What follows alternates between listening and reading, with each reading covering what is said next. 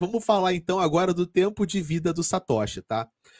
Cara, o Satoshi, né, ele anunciou o Bitcoin em 2008 e, pô, cravado ali, né, pô, sem sombra de dúvida, de propósito, né, logo após o estouro do escândalo da bolha imobiliária nos Estados Unidos, né? Cara, outra coisa também, se você também é Bitcoiner e você é um cara cripto e você quer entender o movimento, você tem que entender a crise de 2008, cara. Tem documentários fantásticos que explicam essa crise, como ela aconteceu. Ela é uma coisa muito mais grave do que a gente imagina, muito embora ela tenha sido abafada e remendada, né? E a gente tem consequência até hoje. Cara, o que aconteceu para essa crise ser deflagrada é uma coisa horrorosa, cara. Basicamente é um conluio, cara, de banco, seguradora, auditor, empresa imobiliária, investidores alucinados. É um surto coletivo da máquina financeira tradicional, que teoricamente deveria inclusive ser regulada, mas que a regulação não serviu para basicamente nada. Os caras criaram uma artimanha financeira que, se não fosse feito um calote na economia americana para imprimir bilhões de dólares, a gente poderia ter criado uma ruptura na, da economia mundial, cara. Um negócio assim, colossal, sabe? Então, é muito icônico que você coloque para jogo uma moeda que não é supervisionada por uma entidade central, né? Como uma contramedida para isso, porque na regulação não impediu que todos esses atores se corrompessem e se subornassem e se deturpassem uns aos outros e praticamente quase quebrassem o mundo inteiro. E no final, quem paga o pato são as pessoas que perdem as suas casas, que perdem seus empregos, que perdem seu dinheiro. Agora, muita gente acha que o Bitcoin foi feito por causa disso, mas na verdade não. O Bitcoin já é feito por causa de todo o movimento antigo. Inclusive o Cara, Satoshi. Oi. só se eu posso te interromper um segundinho, é só que Vai lá, vai pra lá. achar uma recomendação de filme, né? Pra quem não tem muita paciência pra documentário, mas gosta de um filme mais leve, mais contraído, inclusive tem no Amazon Prime, é A Grande Aposta, cara, um filme super legal, a Débora recomendou aqui pra galera, eu achei sensato trazer aqui pro pessoal, que acho que vale a pena, pelo menos pra vocês entenderem um pouquinho do absurdo da questão, mas enfim, foi mal, Não, cortou seu não, raciocínio. beleza, esse filme resume muito bem a crise, cara. Então vamos lá. Linha do tempo do Satoshi. O Satoshi já estava programando no Bitcoin desde 2007. Ele só teve a janela perfeita para lançar em 2008, tá? Primeira comunicação que a gente tem do Satoshi foi um e-mail dele para o Wei Dai, né, o cara que fez o B-Money. Ele elogiou o trabalho do Wei Dai e pediu referência para colocar no white paper. E aí, cara, curiosidade bizonha, cara. Nesse e-mail, o Satoshi, ele fala do título do white paper do Bitcoin. E o Satoshi ainda não chamava o Bitcoin de Bitcoin nessa época. O Satoshi tinha outro nome, cara. Ele fala: "Ah, pô, Wei, beleza, sou o Satoshi, tô fazendo aqui um negócio e tal, e o nome é esse". E o nome não era Bitcoin. Depois só que o Satoshi foi inventar o nome Bitcoin. Então, se você até botei aqui a referência na internet que compara os dois white papers do Satoshi, antes e depois dele inventar o nome Bitcoin, cara. É bem legal de você ver. Tá? Aqui, o primeiro e-mail público de Bitcoin foi em 31 de outubro de 2008, por isso que hoje nós fazemos 14 anos que o Bitcoin foi divulgado, né? O Satoshi mandou esse e-mail para uma lista chamada Cryptography, que era um reduto de cypherpunks, então ele sabia onde ele estava escrevendo, né? Foi a primeira vez que as pessoas viram Satoshi como um ser público, tá? Ele falou um pouquinho sobre a rede. Aqui tem o screenshot do e-mail, né? Agora, olha só que interessante. Quando o Satoshi publicou a ideia do Bitcoin, cara, as pessoas não compraram logo de cara. No geral, o pessoal achou assim, meio. Não deram muita bola pro Satoshi. Porque, cara, já tinha tido uns 6 ou 7 cypherpunks antes dele que tentaram fazer a mesma coisa. E ninguém tinha percebido que, pô, o Bitcoin é que ia ser diferente. O primeiro cara que deu bola pro Satoshi foi o Ralph Finney, tá? O criador do protocolo RPool, e ele se tornou um dos colaboradores mais próximos do Satoshi, um cara que trocou muita resenha com o Satoshi, inclusive Ralph Finney foi o primeiro cara que subiu um nó de Bitcoin, além do Satoshi, e a primeira transferência de Bitcoin foi o Satoshi mandando 10 Bitcoins pro Ralph Finney, cara. A primeira versão utilizável do Bitcoin saiu em janeiro de 2009. Então, quando o Satoshi anunciou, em 2008 não estava pronto, o Satoshi anunciou a ideia. Ele conseguiu colocar para rodar mesmo em janeiro de 2009. E aí ele colocou, né, dentro do bloco do Bitcoin uma notícia do jornal. falando sobre as consequências, né, do bailout da crise imobiliária. Então, se você pega o primeiro bloco do Bitcoin, tem a manchete dessa reportagem, como tipo o Satoshi apontando o dedo na cara da crise de 2008, né, quando ele minerou o primeiro bloco. Logo depois, o Satoshi anunciou o Bitcoin em outro fórum, tá, que era um fórum de peer-to-peer, para sair um pouco do reduto cypherpunk. O Ralph Finney subiu o primeiro nó em 11 de janeiro de 2009. Aí ele botou no Twitter, ó, Running Bitcoin. O primeiro anúncio público da primeiro cara que rodou o primeiro nó de Bitcoin na história, ali depois do Satoshi. A primeira transferência o Satoshi fez para ele no dia seguinte, né? O Ralph Finney subiu o nó. Dia seguinte, o Satoshi mandou 10 Bitcoin para ele para testar. Aí a coisa vai se desenrolando, tá? Aqui tem um anúncio, né, do primeiro anúncio do Satoshi no fórum, onde ele explica algumas coisas. O Satoshi critica as moedas convencionais, ele critica os bancos e ele fala da necessidade de um dinheiro eletrônico descentralizado. Essas são as palavras do Satoshi. Cara, em 15 de agosto de 2010 acontece o primeiro problema grande do Bitcoin, o primeiro problema grave. E tem até que acertar aqui, cara, é grave, não é grade. Depois a gente acerta, pessoal. Né? Deu um bug, tá? Nessa época aqui, e o cara conseguiu produzir 184 bilhões de bitcoins, cara. Tipo, estourou os 21 milhões, por muito. Aí rolou um alerta no fórum, o Satoshi tomou a frente, programou uma versão nova em menos de 5 horas e mandou todo mundo desligar e ligar a rede. Então essa foi a primeira vez que o Bitcoin saiu do ar, foi por pouco tempo, mas o Satoshi interviu, aqui tá o anúncio, ó, Satoshi Founder, chamando aqui com urgência para o pessoal atualizar e dizendo para qual bloco tinha que voltar a história do Bitcoin. Então eles reverteram aquela operação, voltaram no tempo e continuaram da onde ainda estava certo. Só um parênteses, né? Isso é Fala. legal porque, cara, coisas falham, né? É. Queria fazer esse parênteses, coisas falham, né? Hoje em cripto se critica tanto quando as coisas falham, mas as coisas falham e elas falham desde que cripto é cripto, desde que as coisas começaram a funcionar.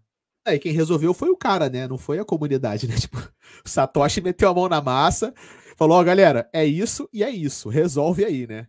Faz parte, né? Aquela coisa no começo, né, cara? A ditadura do fundador benevolente, né? Isso aqui é o seguinte, cara, poucas pessoas sabem, tá? Cara, mas... tudo começa, de certa forma, um pouco mais centralizado, vamos dizer assim. Exatamente, cara. Tem a hora de descentralizar, né?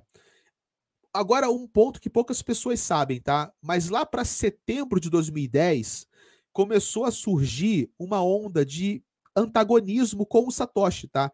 A gente tem essa visão, cara, de que todo mundo amava o Satoshi, de que os desenvolvedores achavam ele o máximo, de que a comunidade achava ele perfeito, mas não é verdade, tá? Já nessa época aí começou a rolar uns questionamentos. Isso aqui é um extrato de uma conversa no canal do chat, tá? O Gavin Andresen é um dos principais programadores do início do Bitcoin, e inclusive depois que o Satoshi sumiu, esse cara assumiu a liderança do projeto, tá? Ele estava aqui desabafando, ó, que ele queria convencer o Satoshi a ser menos mandão. Queria convencer o Satoshi a delegar mais responsabilidade. Aí um cara reclama, pô, como assim, cara? Como é que é, né? Aí um outro programador falou, olha, a programação é fechada, cara. O código é aberto, mas a programação é fechada. O Satoshi manda em tudo. Então os caras questionando que eles queriam contribuir mais no código do Bitcoin, só que eles só podiam fazer o que o Satoshi mandava. Não tinha um espaço para eles proporem muitas coisas. Então, isso começou a gerar uma série de atritos, tá? E o Satoshi foi vendo isso, tanto que em outubro do mesmo ano, o Satoshi finalmente liberou um acesso direto para o Gavin Andresen poder modificar o código sem perguntar para ele. Só que essas coisas foram acumulando, né? Sim, eu acho legal, que até mostra um pouco, né? O que a gente tá querendo dizer é que, cara, uma rede ela precisa de estar em constante desenvolvimento. A gente está falando de código. Código é uma coisa quase que viva, né? Uma linguagem praticamente, com bugs, com falhas, com necessidades de manutenção. E, cara, mais do que isso, né? Essa importância de que se você não dá o acesso aos desenvolvedores, não viabiliza mais pessoas contribuindo com o seu código, você torna muito difícil a manutenção e a coesão desse código. Então, acho que esse é um aspecto até que, cara, aconteceu no início da história do Bitcoin, mas que é um ponto reflexível, né? A gente sempre bate nessa necessidade de diversificação de clientes, diversificação de time de desenvolvimento, etc. Aqui na Mercúrio, é um dos pontos essenciais da nossa análise, né? A gente sempre bate que esse é um dos aspectos, inclusive de análise, né, que a gente faz aqui para categorizar a descentralização, né? As pessoas acham que descentralização é só poder de validação ou alguma outra coisa. E, cara, eu acho legal mostrar, né, essa experiência desde o início. Antes da gente continuar, Casta, só queria, né, pegar aqui o pessoal, o Anderson pedindo aqui esse relatório, aí o pessoal falando aqui que já está aproveitando o relatório. Então, pessoal, quem quiser ter acesso a esse relatório de forma 100% gratuita, ele tá aqui, ó, link no chat ou na descrição do vídeo. Basta clicar aí, ó, esse bit.ly, Satoshi Report, que vocês vão ter acesso. E outra coisa que eu vi, né, o pessoal elogiando bastante a live, falando que tá gostando, tá achando super legal. E eu até vi aqui o pessoal comentando, né, deixa eu achar aqui, o Go Global falando aqui, né, que é excelente live e que logo menos estará com a gente nos nossos cursos. Pessoal, para quem não sabe, né, a gente tem a Mercúrios Pro, nossa assinatura aqui da Mercúrios, que você tem acesso a literalmente todos os estudos que a gente está fazendo. Então, esse aqui é só um exemplo de um estudo que você vai ter acesso na Mercúrios Pro. A gente está falando ali mais de 500 páginas de análises, né? A gente, reformulou agora a Academia Fundamentalista da Pro. Então, cara, você vai ter ali profiles, análises extremamente aprofundadas, assim como essas, do ponto de vista de investimento, uma carteira semanal, exatamente como a gente investe nosso capital, lives exclusivas, né? Inclusive, na próxima semana vai ter essa semana, na verdade, vai ter uma live aprofundando ainda mais nesse relatório com o pessoal da Pro ali, exclusivo para quem é Pro. Então, enfim, cara, você tem inúmeras vantagens, desde estar muito à frente da média em relação ao investimento e ter pessoas como eu, como Casta, para te responder, para te dar direcionamento e ter acesso ao melhor time de análise de cripto hoje do Brasil. Então, se vocês quiserem fazer parte, basta clicar aqui. Eu vi muita gente perguntando, né, qual que é o custo, como é que funciona? Pessoal, quem se cadastrar aqui agora nesse link, vocês vão ver que vai ter um link, aumente sua chance, que aí você consegue colocar todas as informações e já ter informações ali e provavelmente ser chamado ali para conseguir ter acesso à sua vaga. Então, quem quiser aproveitar isso, basta clicar, clicar no link, entrar em Quero Ser Pro e fazer parte aqui disso daqui. E só um outro recado, né? A gente está quase terminando a live, mas batemos aí já 431 likes. Então, Cássia, eu vou ter que manter a nossa promessa, né? A gente vai ter que estender um pouquinho da live de hoje. Então, vamos lá até às 21h30 aí para trocar ideia aí com o pessoal. Espero que vocês tenham. Deixa aí até nos comentários se vocês estão gostando aí da live. Se vocês estiverem gostando, não esquece de deixar o like aí. Vamos bater aí 450 likes, vamos bater 500 likes aí até o final, que aí a gente vai ter um pouquinho mais de tempo, né, para debruçar e comentar um pouco mais sobre o que tá rolando no relatório. Mas é isso, Casta. Você quer puxar alguma dúvida antes da gente continuar? Não, vou só fechar a linha do tempo e a gente puxa. Falta Fechou. pouco. Porque a partir desse momento, tá, que começa a ter esses atritos, né, parece que é quando o Satoshi começa a sentir que tá na hora de sair de cena, entendeu? Uma coisa que aconteceu que parece que agravou muito a relação assim do Satoshi com a parte pública, com a atenção, que ele não gostava de atenção, né? Ele não gostava de burburinho. Foi essa parada do Wikileaks, cara. O Wikileaks, tá, é uma plataforma criada pelo Julian Assange, que é um cypherpunk, que é uma plataforma na qual eles vazavam documentos sigilosos de governo, né? Até a hora que ele vazou, documentos do governo americano, e aí, cara, ele se meteu numa briga muito feia, né? Hoje ele tá numa situação complicada pra caramba. Mas depois que o Wikileaks mexeu com os Estados Unidos, né? O PayPal bloqueou todos os fundos e toda a grana da Wikileaks. E a PayPal é por onde eles recebiam as doações. Então o Wikileaks ficou com muita dificuldade de se monetizar.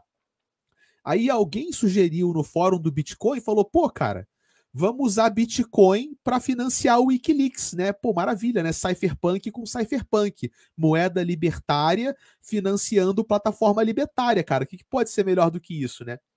Só que, cara, o post viralizou, assim, ganhou muita atenção e o Satoshi interviu diretamente no post, cara. Tá aqui o Satoshi falando, cara, não façam isso, tá? Ele falou o seguinte, cara, o Bitcoin ainda não tá pronto para isso. O Bitcoin tá na sua infância. Se a gente atrair essa atenção agora e, tipo assim, a fúria do governo norte-americano, pode ser que o projeto não sobreviva. Então é muito legal ver que o Satoshi era um cara sensato, bicho. Ele não era, tipo assim, brigar a todo custo, power to the people, tirei meu sangue, minhas veias, destruição, morte. Não, tipo, cara, olha só, a gente tem que fazer o movimento, mas a gente não pode ser tão antagonista. Tem a hora de brigar e tem a hora de esperar. né? E basicamente foi isso que o Satoshi falou. Não tá na hora de fazer, entendeu? Só que, cara, a parada continuou agravando, né? Já, apesar do Satoshi tentar conter, cara, teve a revista PC World, fez uma matéria. E aí o negócio vazou pro público, o cara ganhou mó burburinho. E o Satoshi deu até uma lamentada, né? O Satoshi falou, cara, seria muito bom ter ganho tanta atenção em qualquer outro contexto. A Wikileaks chutou o ninho das vespas e o enxame está vindo em nossa direção. Então aqui mostra que não só o Satoshi ficou muito preocupado com essa visibilidade, né? Não só do Bitcoin, mas possivelmente para a identidade dele também, entendeu? E aí, cara, as coisas começaram a se agravar. Em dezembro, o Satoshi fez a última aparição pública. Ele postou uma atualização do Bitcoin, que foi a 0319, deu umas dicas para o roadmap e sumiu do mapa. Inclusive, ele tirou o nome dele da declaração de copyright do Bitcoin, atualizou a página do Bitcoin.org, tirou o nome dele e colocou o nome do Gavin Anderson e de outros dois programadores, que é o Sirius e o Laszlo, né? Só que ele ainda continuou trabalhando por baixo dos panos, tá? Na verdade, o que o Gavin Anderson fala é que ele e o Satoshi articularam. O Satoshi ficou nos bastidores e o Gavin Anderson virou a figura pública. E eles continuaram trabalhando assim durante um tempo, até que o Gavin Anderson começou a falar muito, o Satoshi não gostou. Então o Gavin Anderson começou a dar umas entrevistas falando que o Satoshi era um cara misterioso, era um gênio, e criando uma mística em torno do Satoshi. E o Satoshi queria que não se falasse nada sobre ele. O Satoshi queria que se falasse só sobre o Bitcoin. Só que as pessoas ficavam perguntando para o Anderson, cara, fala do Satoshi, fala do Satoshi. E o Anderson começou a dar corda. Aí foi a última vez que o Satoshi falou com alguém. O Satoshi pediu para o Gavin Anderson parar de falar dele. Falou, cara, eu gostaria que você não continuasse se referindo a mim como uma figura misteriosa.